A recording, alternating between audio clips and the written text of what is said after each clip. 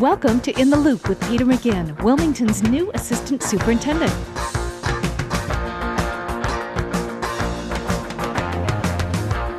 In the Loop is a monthly video magazine brought to you by the Wilmington Superintendent of Schools. Peter will offer Wilmington residents a closer look at school business and respond directly to email questions, concerns, ideas, and suggestions. And now, here's Peter. Hello, my name is Peter McGinn. I'm the Assistant Superintendent for the Wilmington Public Schools and host of the WCTV produced In the Loop.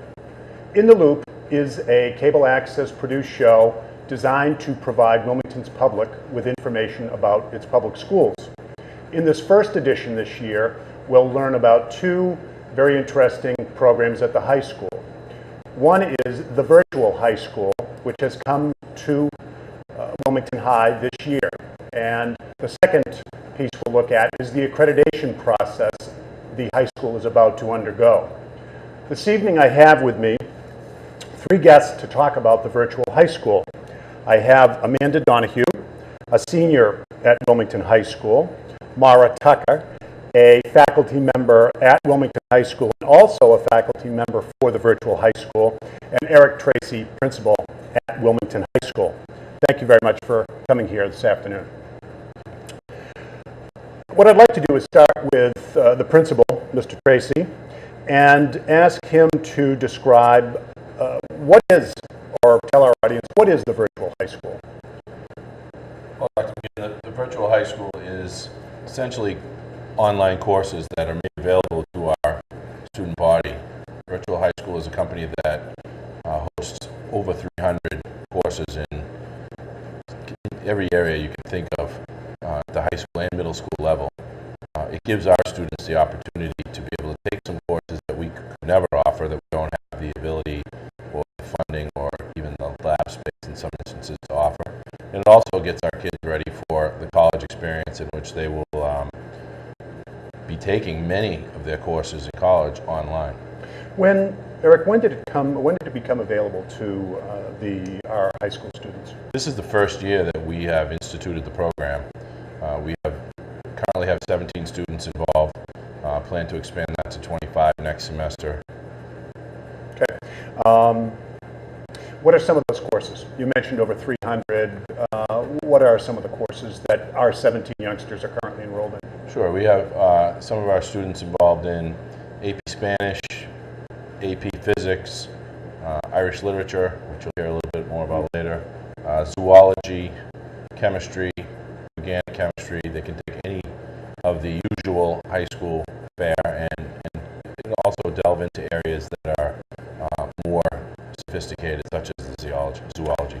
And those courses you just mentioned have not or are not currently available to our students. For instance, last year, before the high school became part of the virtual high school network, those courses weren't available to Wilmington students? Correct. Okay. In one instance, we had advanced placement physics. We had reduced the program because of the number of students who were not signing up for it. Okay. We didn't have enough enrollment, and now we're able to point those kids in the direction of the online program, which from the kids' point of view is very difficult, and we feel that will help us kind of enhance some of the other programs that we use. For example, advanced placement Spanish. Although we do offer it, this is the first year at the high school, it's also offered on the virtual high school for students who cannot fit it into their schedule. So for some reason, if they're in a schedule of courses that cannot be adjusted enough to make room for a particular course, they can take it on the virtual high school. Okay. And you really have mentioned some advantages that the virtual high school provides to Wilmington students. Any others come to mind? I think the biggest advantage for our kids is that they can interact with students and teachers worldwide. It could be somebody in California, could be a student in Alaska, could be a student in England, somewhere in Asia. The possibilities are endless. I've heard from a number of our students about the makeup of their classes, and I think that seems to be one of the bigger features or the draws, so that they can interact with other kids and other teachers from other places in the world. So as you've said before, it really opens up a broader selection of coursework for Wilmington students, and whereas we might want to offer a course but can't find a credentialed teacher to teach the course, this is another wonderful aspect of the virtual high school. Sure. It does allow our students to get that global advantage, to start to delve into the big picture of the real world. Many of our kids now, as opposed to 25 years ago, can get on a plane and be somewhere else in 10 or 12 hours. And it's possible financially, and it's possible realistically. We can get a lot of action and a lot of change in our society because of our global reach. So I think this is a perfect way for kids to reach out and make some of those connections globally to help enhance their decisions for their future education. I would expect that kids would take some of these courses, may be able to make a better decision about their choice for college. Thank you. Amanda, if you wouldn't mind, I think it would be interesting to get a student's perspective on being a student in the virtual high school. What course are you currently enrolled in? Currently, I'm enrolled in Contemporary Irish Literature, which I refer to as Irish Lit all the time. And then next semester, I am going to be taking Investing in the Stock Market. And again, consistent with what we said, neither of these courses would be available to you if it weren't for the virtual high school. No. Available at Wilmington High School. No, they would not be. Okay. Can you tell us how the coursework is different and perhaps how the coursework the same to traditional? With Irish literature right now, it is all about reading different books that come from Ireland. I read A House of Splendid Isolation and Patty Clark.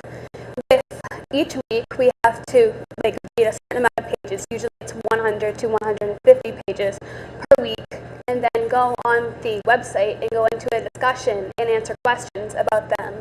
And you listen to other classmates' feedback, and you respond to their responses as well. It also, the literature about virtual high school talks about anytime, anywhere online courses. What does that mean? It means that although I do have a designated period during the day, I can log in at home.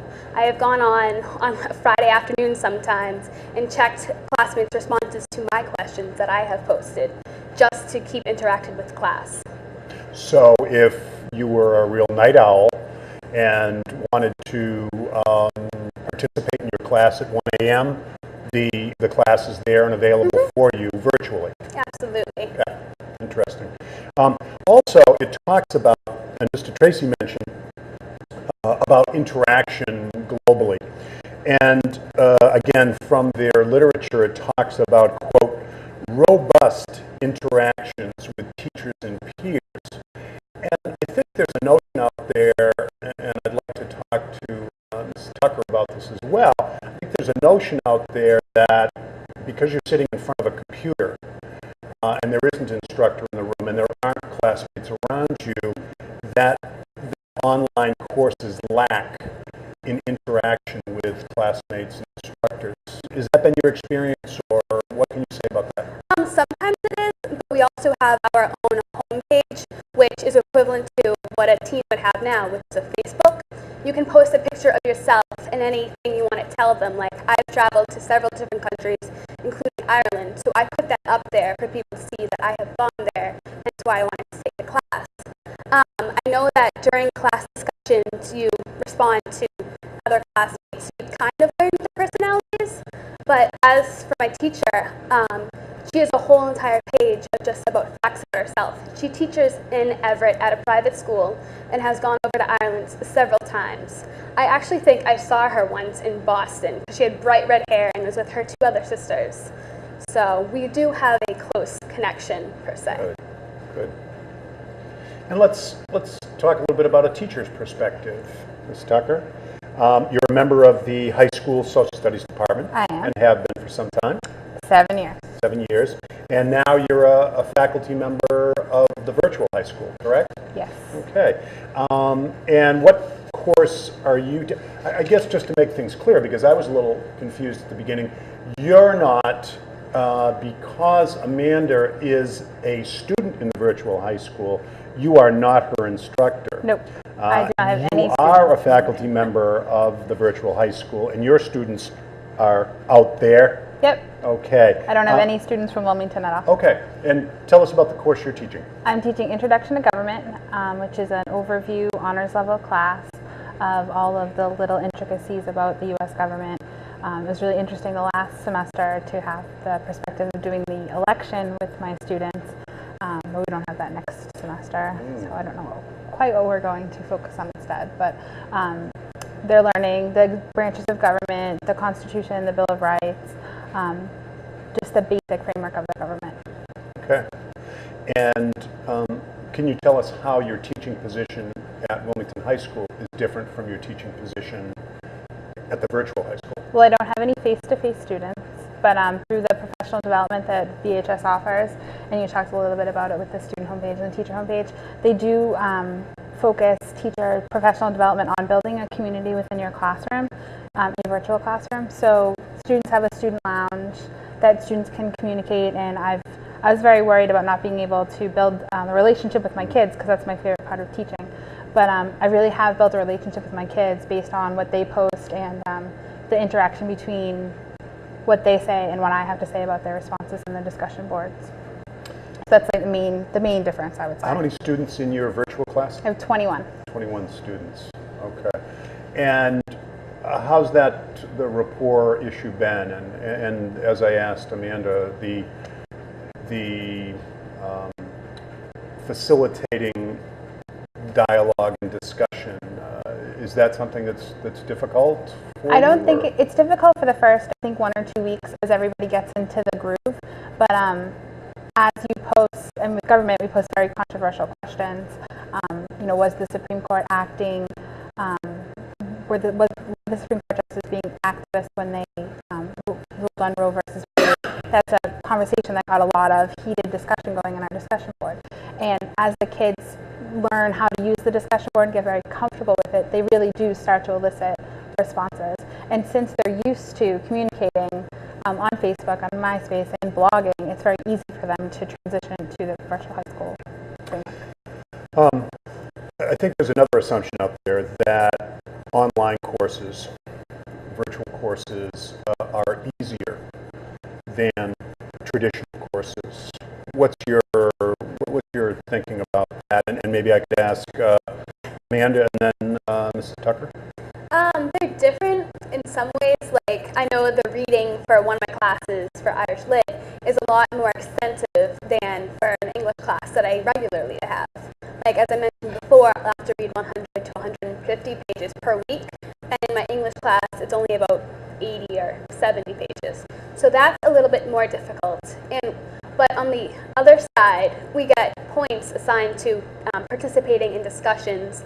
So it's easier for you to just go in and say, I agree with that, and get points for that, than per se, like in a classroom, having to say, I agree with this person because blah, blah, blah.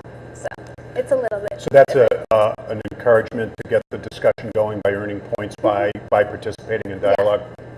Okay. And that makes up for the time in class that you don't have to discuss with your teacher and your classmates. So that's called attendance, that you have to log in and participate in the discussion boards. In my class, you have to log in 4 times a week. I don't know what.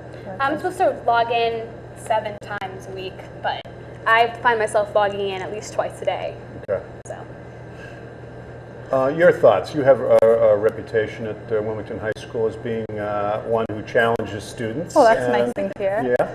And what are your thoughts about is online classrooms, are they necessarily easier or more difficult? Or I don't think they're easier. I think it's definitely different, and I think it, depending on your personality, I think that some online classes might be easier for you to participate in. I think if you're really quiet, it would be a really great way to get your voice heard in a class if you feel like you're not as open to do that in a face-to-face classroom.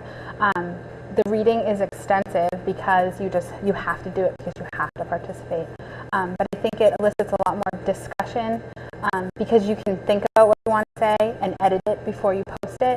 And sometimes you get so worked up in the heat of a moment in an argument, you don't have that editor mentality. But when you have to see it, when you post it, you really do get that moment to stop and think and post very thoughtful, reflective discussion. What about the future? We had a conversation the other day, and you had mentioned a couple of things as far as the future of the virtual high school at Wilmington High School. This is our first experience both with students enrolled and an instructor acting as a virtual high school instructor. What are your thoughts, Mr. Tracey, about the kinds of things we can do with virtual high school? I think our focus will be to attempt to expand the program, certainly get more high school kids involved, but I've had a conversation with Mrs. McMiniman at the middle school about even inviting some of the honors level 8th grade students in to participate in some courses. That gets them into that mode before they come to the high school, which helps us to plug them into a course as soon as they get in, or in their sophomore year or junior year.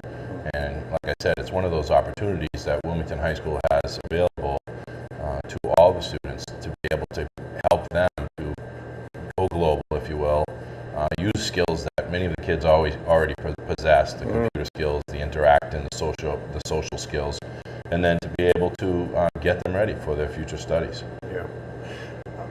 Let me come back to that in a minute, but what we didn't explain perhaps was kind of the business behind being a subscriber to the virtual high school. Tell us a little bit about that. I think there's a subscription fee, yes, an annual fee. We pay an annual fee of $6,500, and we have to agree to have one of our teachers teach a course, and that helps us to be able to open up that 300 plus number of courses for everybody. That is what they call a standard membership. There are a couple of different models of membership that you can sign up for. We chose to jump into the standard right away. We felt we had a good teacher, a strong teacher, and we were able to get enough kids involved initially. So the number of slots that you mentioned, I think we have 25 student seats, so to speak, per semester. Per semester that can choose from the menu of 300 courses. Correct. And for that, we need to pay a fee, and we need to commit a teacher Correct. to instruction. Correct. And so we can expand those number of slots by adding an instructor or instructors for other courses. Sure. And does that fee change? The fee will change also. Okay. But again, when you look at it from the financial perspective, it saves a lot of money than trying to bring in a full-time teacher to teach one specific course that you don't know what your enrollment would be. Okay. So it's a lot of money and a chance based on a smaller amount of money and a reality we know kids will jump into several of the courses. So. Let's go back to the future. I think that you had mentioned to me the possibility of making it a part of an evening program, perhaps. I think some other communities perhaps see it as something to offer summer school. There are a number of communities that offer a summer school program both at the middle and high school levels, and our idea was also to help get our kids that were in a credit recovery situation some opportunity to take a course outside of their daytime schedule. Could be in the evenings. If we had to make a lab available, we could do that. And again, it's more of that expanding into the community and making that available to the community. We have a night school program. It doesn't have a lot of students in it, but this is a great opportunity for us to be able to put kids into that program and get them the credits that they need. Sounds like a wonderful program, and I thank you for coming here and talking about it and sharing that information with the public. And thank you. Thank you. And we'll be back in a few minutes with the second part of our program, looking at the accreditation process that the high school is going through. I heard about this company dumping toxins in local rivers, and I called their executives to say stop. But they were too busy counting profits while the rivers are being destroyed, birds and fish are dying, and the local kids are getting cancer. So I organized a huge protest, and we actually got the company shut down. But now half the town's unemployed, and the kids are twice as sick since they can't get health care, since their parents lost the insurance they had when they worked for the company who dumped all the toxins in the first place.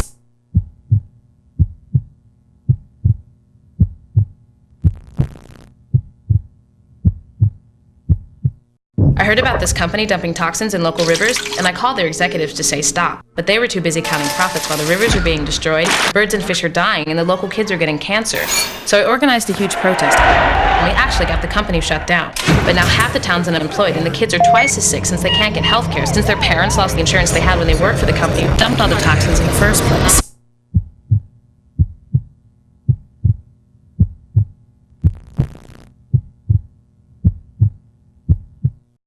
Hello, I'm Lauren McKenna from Tube 1799, and you're watching WCTV, Wilmington Community Television. Welcome back to this edition of In the Loop. The second focus we have for this show is to talk a little bit about the accreditation of Wilmington High School. And with me for this portion of the show is, to my left, Mike Hickey, who happens to be a member of the Special Education Department at the high school and co-chair of the steering committee. And next to him, Linda Peters, who is the curriculum team leader for mathematics for grades 6 through 12 in the district, and also a co-chair of the steering committee. And then once again, Mr. Tracey, principal of the high school. The accreditation of Wilmington High School, Mr. Tracey, can you tell us a little bit about what is meant by accreditation and why it's important for the high school? Sure. The accreditation that we strive to attain is a process that has been developed by the NEAS&C, and they enter schools. They set a set of standards, 7 standards that we have to basically measure ourselves by, and that process is a 10-year process, and it helps our community as well as colleges to gain confidence in our programs and our processes and in the way that we're educating our students. For the public's information, you mentioned NEAS&C, which stands for New England Accreditation. New England Association of Schools, Schools and Colleges. Schools and Colleges. Yes. And I think it might be important for people to know that that association really accredits for the most part, the majority of the high schools are under what they call the CPSS, but the NEAS&C accredits colleges and high schools and many of the private independent schools. Okay, and this particular association accredits those high schools and colleges throughout New England? Yes. Okay. Why should a citizen care? A citizen who perhaps doesn't have children in school, a taxpayer, why should they care about this accreditation process? That's a great question. The accreditation process is extremely important because it's an independent measure of our school. We have an independent group, an independent set of standards that are extremely high that we need to reach for. And it helps to give the community, again, that confidence that they have good quality high school, they have good quality teaching and learning going on at that high school, which helps to bolster the community financially, helps to bolster the community in things like real estate. People make decisions about where they want to live and houses that they want to buy based on the quality of the school. I think our accreditation process will show and demonstrate that Wilmington High School and the Wilmington Public Schools are at a very high level of standard. And so rather than listening to a principal, a teacher, a superintendent tell members of the school board or other members of the community that we have a wonderful high school, in fact, we bring in independent individuals who are knowledgeable, and they measure us, as you say, against those standards, which again, hopefully leads to the confidence from the public. Right. Okay. When I read about the accreditation process, I hear about the self-study, or I read an awful lot about the self-study, and it appears to be an important portion of the process. Why is it important, and what is the self-study? The self-study is a process that enables our teachers, our faculty and staff, to begin to investigate and measure themselves against the standards in the 7 standard areas. We have divided the staff up accordingly. We've separated people out into where what we figure their strength areas would be. They will be meeting starting in January to develop pretty lengthy reports based on each of the standards they may be assigned. For instance, we have a standard in curriculum and a standard in instruction. Those are two different committees that will meet and measure themselves and measure the data that they can find within the high school, things that are happening in classrooms, things that are happening in the community, things that are happening in the high school as a whole. And they'll use those measures to decide whether or not we meet the standard at specific levels.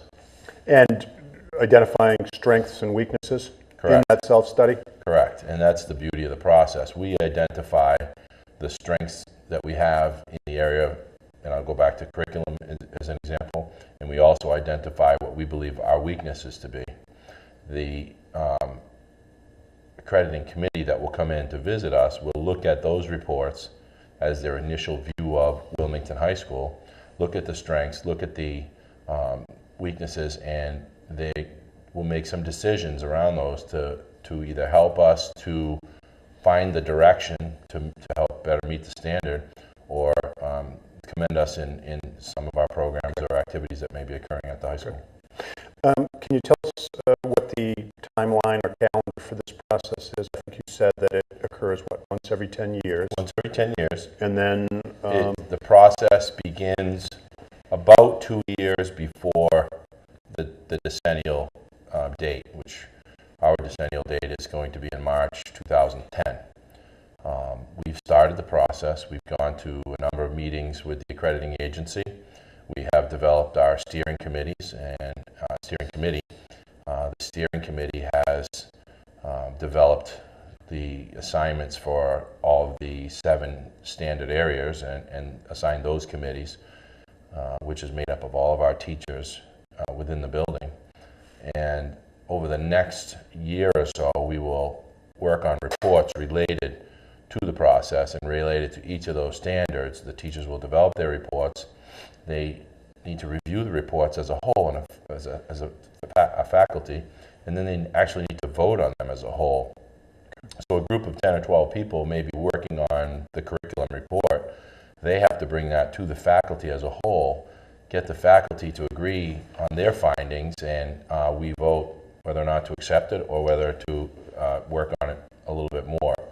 By the end of December 2009, we need to have all of our reports completed and approved by the faculty and ready to be submitted to the accrediting agencies for their arrival in March 2010. Okay. And they're here for how many days? They're here for 4 days. It is a marathon. They come in at 10 a.m. on Sunday, and they leave us about 2:30, 2:45 on the Wednesday of that week. And they bring 15 people with them, divide up into the 7 standard areas, and they have one team leader who will drive the process. And over those 4 days, they will examine everything that we can give them: student work, teacher work, rubrics, assessments, instructional opportunities. They will go into classrooms, they'll go into the building, they'll examine the structure of the building, they'll examine some of the programs that we have, they'll look at our literature, they'll talk with parents, school committee members, and community members, and they will then take all of that data and weigh it against the reports that we have written and give us a response, usually about a 60 or 70 page response to the initial reporting that we had done. Which, as I understand it, that report, that 60 or 70 page report, then is available to the public. Correct. For their about 2 months after their visit, we get a report from the agency telling us what level of accreditation, if we have accreditation or not, and that report will also be made public at the school committee meeting, and has to be made available in a place like a public library. Great. Let me talk to the co-chairs, Mike and Linda. As I read through some of the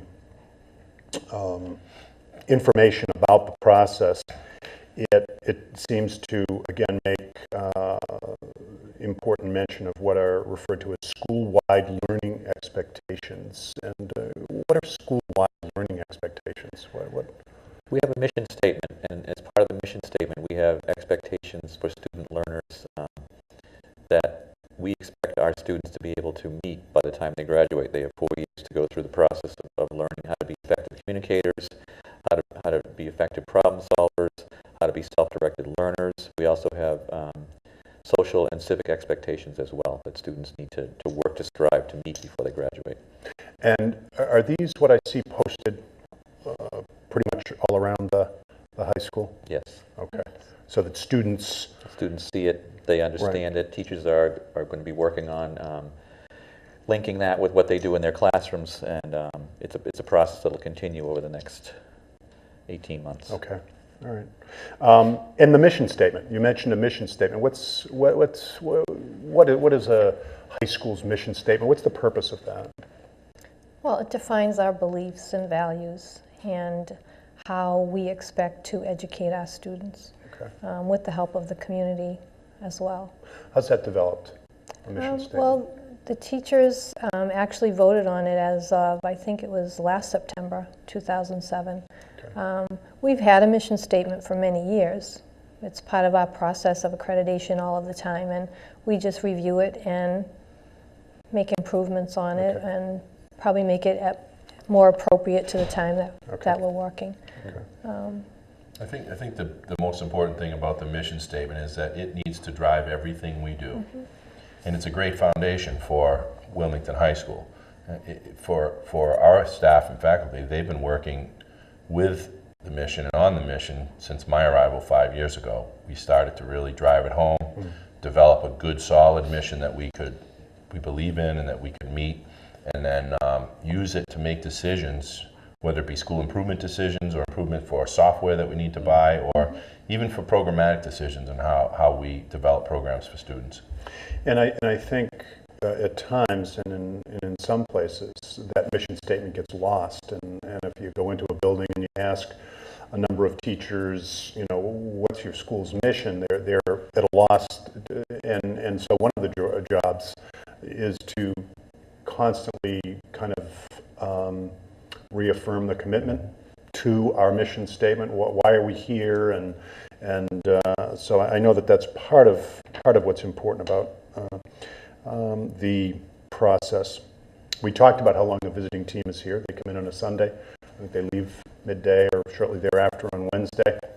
One of the things you mentioned, and I'm just wondering about the steering committee co-chairs, are students given an opportunity to participate in the process? And how does that work? As part of the process, students and parents and people that live in the town, administrators, will be asked to serve as members of the committee. They don't have to be there for every meeting, but they will be asked to serve to give input to each of the standard committees. Okay. And if I'm a citizen and with perhaps no direct relationship with the schools, I don't have a child, my children have long ago graduated, or I don't have any children, or I'm simply a taxpayer, do I have an opportunity to participate or have my voice heard about what I think about my high school or my town's high school? Anyone has the opportunity to participate on these. Okay. Are they invited? I'm thinking maybe of someday Sunday or a part of the program on Sunday. Are members of the public invited to? We have a reception on the Sunday evening of the team's arrival that is basically open door to community members, parents, and students. Excuse me, and faculty and staff, and it helps us to showcase some of the things that we have and some of the things that we can do. Good. There will be a presentation by the committee that talks all about what the high school is about, and it talks about our community, and it gives a history of Wilmington and all the demographics that are important to Wilmington. It's part of that process on Sunday. We talked about, I believe, Eric, you mentioned that a final report will be issued 60 days? It's approximately 60 days after the team leaves. And that's, again, a public document made available to the public. And what are the options of the visiting team? I assume they can make a recommendation to accredit the high school. Mm-hmm. I would imagine at the other end of the scale, they could recommend not to accredit. And then are there gradations in between? There are gradations in between. There's a step of warning and there's a step of probation. Okay. Many of the schools end up with accreditation and warning in a particular area, and I'll just use, for example, instruction. The team may find in their visit that they didn't see how our instruction matched what we stated in our mission statement, and they would say to us, we would accredit Wilmington High School. We want you to continue to work in the area of instruction and its relationship to the mission, and just put us on warning for that section. Yeah. That's traditionally the route they go. It's one of those areas where, as the principal of the building, I'm not concerned about losing accreditation. I think we have some wonderful things that are going on. We have an extremely dedicated staff. We have 2 great steering committee co-chairs that have been meeting every Tuesday since the beginning of school and have not let off since, and will be going all the way through till March and beyond in creating that foundation that we'll need for the future and growth of the high school.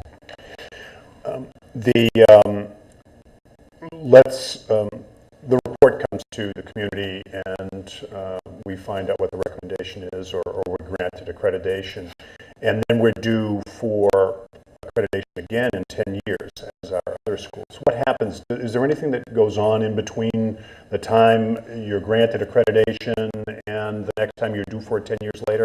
What goes on? We have a 2-year report, I believe, and a 5-year report. And then they ask for other reports over the course of the 10 years. So the high school, Wilmington High School, needs to file reports at the 2-year, at the 5-year. Yeah, and we were asked, I think, specifically to address some recommendations, because they will make recommendations. Okay. They'll make about six or seven recommendations for each of those areas and expect us to continue on the path of growth in our process, in our programs, and within our building over the first 2 years. They know we would never be able to meet them all, but they want us to be able to demonstrate how we are meeting some of those recommendations and to be able to show us the things that we'll do. And that process continues along through the 10 years. My sense in talking to you all is that we're confident as we enter this process, and also look forward for the feedback to make ourselves a better place for Wilmington students, would you say? I would say very much.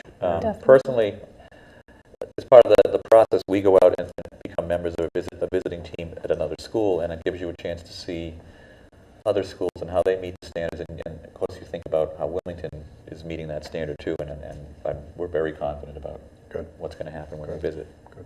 And open to the feedback and the recommendations that come from the visiting team. Right. And I think the mistake that schools will make is they will have the visiting team come in, go through the process, they'll get their recommendations, and then they'll sit on it and not do anything to continue that growth cycle, if you will. And I think the advantage we have is 5 years ago, we took the 5-year report and grew from there to get to the point we're at now. Yeah. We are in the process of really integrating all of those bits and pieces, and with the feedback from each of the members on the steering committee, each time they go out to a school. I just went out to one last week and brought back a few tidbits that we can do wrong or do right during our process, and each of the members that have already gone out to other schools come back and meet at the steering committee meeting and help us to evolve our own process to a point I think we will be we'll meet some high scale marks.